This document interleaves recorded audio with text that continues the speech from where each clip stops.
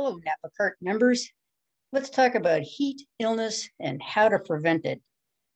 Heat illness during our fire season, which is our primary time of deployment, can have some very serious effects on all of us out there. So we need to learn how to look out for it in ourselves and how to recognize it in our teammates. So there are really three types of heat illness, and this shows sort of like a progression of seriousness. Now, you can have muscle cramps, and that can lead to heat exhaustion, or you can go straight into heat exhaustion, or you can go straight into heat stroke. It's important that you recognize it, but sometimes there's literally a progression that follows. So knowing that, we know that if you start to feel muscle cramps, that is a big warning sign. Let's take a look at heat-related risk factors. Well, PPE is one of them. If you're choosing to wear Nomex, for instance, that can create a real problem. It's a heavy weave and is a very hot material. And look at there, right next to the PPE is physical exertion. Yep, you're going to be doing that. Are you taking any kind of medications that might affect you? Maybe you're just a little bit older like me. That creates a automatic problem for you, being a little more susceptible to heat illness. Also, just remember that certain medical conditions, high blood pressure, diabetes, things like that, that can greatly increase your risk factor. Doesn't mean you shouldn't be out there working. It just means you need to pay attention. So the first thing to pay attention to is muscle cramps. And as I said, it can be considered like a warning sign because it literally means that there's an electrolyte imbalance going on in your body. There's tons of different electrolytes, but the primary concern here is sodium potassium balance. That's why sometimes having salty snacks while you're working out there, and of course drinking plenty go along with that, can be a real help. Now, I don't recommend drinking the sports drinks like Gatorade, et cetera, exclusively. I think you're better off if you alternate between straight water and the electrolyte drinks. But the key is to just make sure you're getting enough of it, because when you're really busy and you're focused, it is super hard to remember to stay hydrated. If you do get leg cramps, sure, you can massage it out. You can stretch it out. It's going to feel a little uncomfortable, but more than anything else, get these under control by treating it systemically, which means hydration. Until you get that under control, you need to consider yourself at high risk for things going south for you. Heat exhaustion is the first true heat illness, and it is serious. You can treat it in the field. You can go back to work if you get it under control, but really be aware for other people showing these symptoms as well as yourself. We're all working in teams out there, so it's up to all of us to watch for this stuff. So what does heat exhaustion look like? Well, paradoxically, a person suffering from heat exhaustion, besides feeling kind of sick to their stomach and weak, dizzy, they're going to have kind of cool, pale, clammy skin with really heavy sweating. Now, we're all going to be sweating out there in the heat, right? But I'm talking about truly profuse sweating, more than the situation would call for, and also a rapid and weak pulse. The key here is that it's a rapid pulse, more than you would expect for the level of exertion being experienced. Quick note here, some of these symptoms, what does that look like?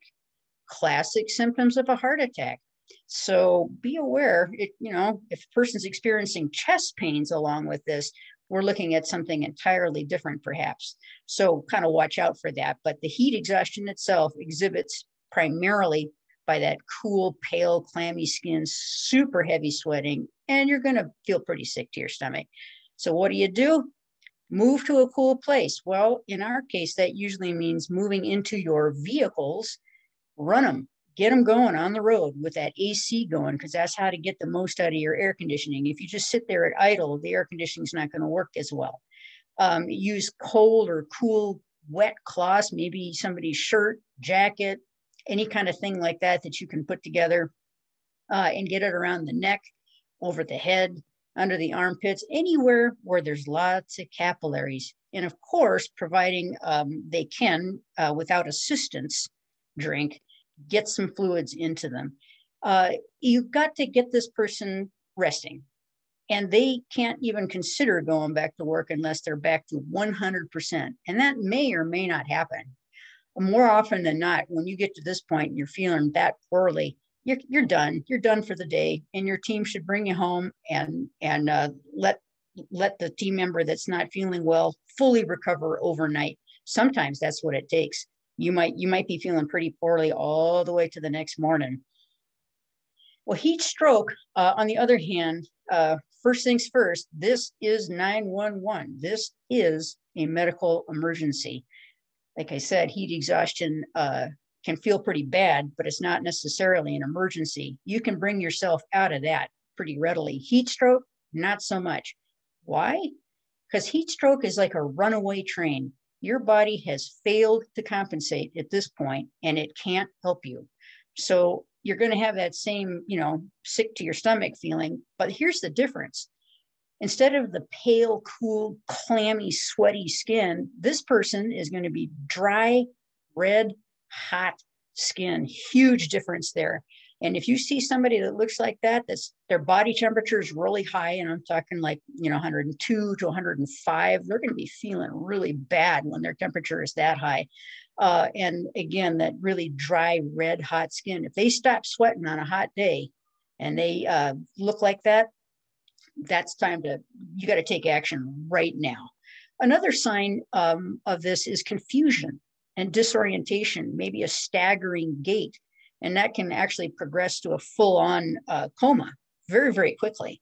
So if somebody's acting a little funky and disoriented like that, I don't think they had a 3-martini lunch out there. Consider that a strong indicator of heat stroke. And also that rapid pulse, but this time it's going to be strong, bounding, pounding pulse as opposed to that weak, thready pulse from heat exhaustion. So what do we do about heat stroke?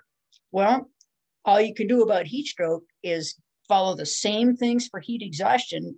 Get them cool in the air conditioning, get cold packs on them. And if they're fully conscious, you can have them drink some fluids. But if they're even the least bit disoriented and confused and not real responsive, do not give fluids to that person, because they can aspirate and can create much bigger problems down the road. So let's take a look here at, once again, to look at the difference between heat exhaustion and heat stroke. Heat exhaustion, you're going to be sweating like crazy, cool, pale skin, feeling pretty poorly, sure, sick to your stomach, and a real weak pulse, weak and thready, but rapid. And you might be having some muscle cramps. Heat stroke, no sweating at all, red, hot, dry skin. It's very, very noticeable. You can really see this in a person, and they start to get disoriented very, very quickly. And they may tell you that they have got a really bad headache, but by this time, they're probably not as communicative as you would hope. And again, this is a true emergency. Let dispatch know immediately what you're dealing with, and then they will direct you as to how to proceed. So here's some quick tips as to how to keep any of this from happening to you or your teammates.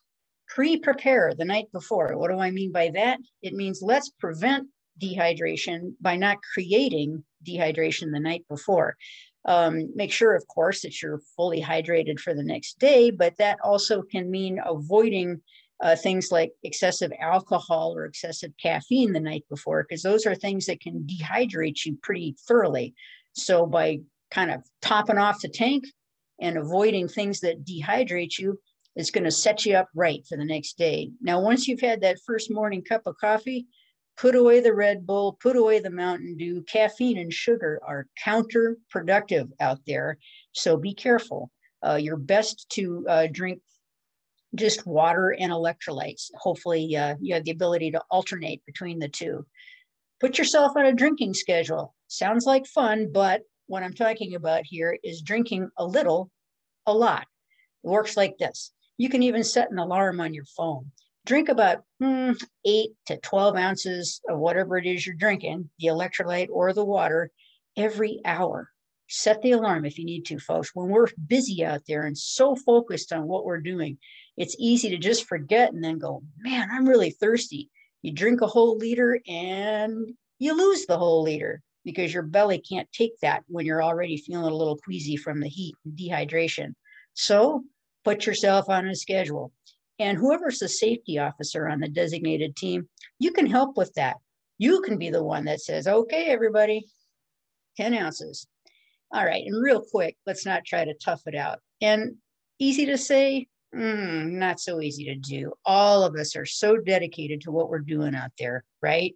We're focused, we're busy, we're going to work out there. And it's very difficult to monitor yourself and to monitor others. We've all done this, but let's be careful because toughing it out when it comes to heat-related illnesses can lead to some pretty poor consequences. So look out for this in yourself and in others, and resume work only if and when you feel okay. For all of you who work as designated safety officers on teams and everyone else, because safety is everyone's responsibility, be aware of all of these things and call for breaks. If one person is looking a little funky, call a break. Everybody takes a break. So remember too, that if somebody is starting to feel very poorly, tip off dispatch, let us know what's going on. Let us know you've got a team member that's not doing so well, because you might be bringing them back to the barn and letting them take the rest of the day off so they can come back stronger tomorrow. All right, folks, I wish you lots of luck out there and look forward to seeing you in the field.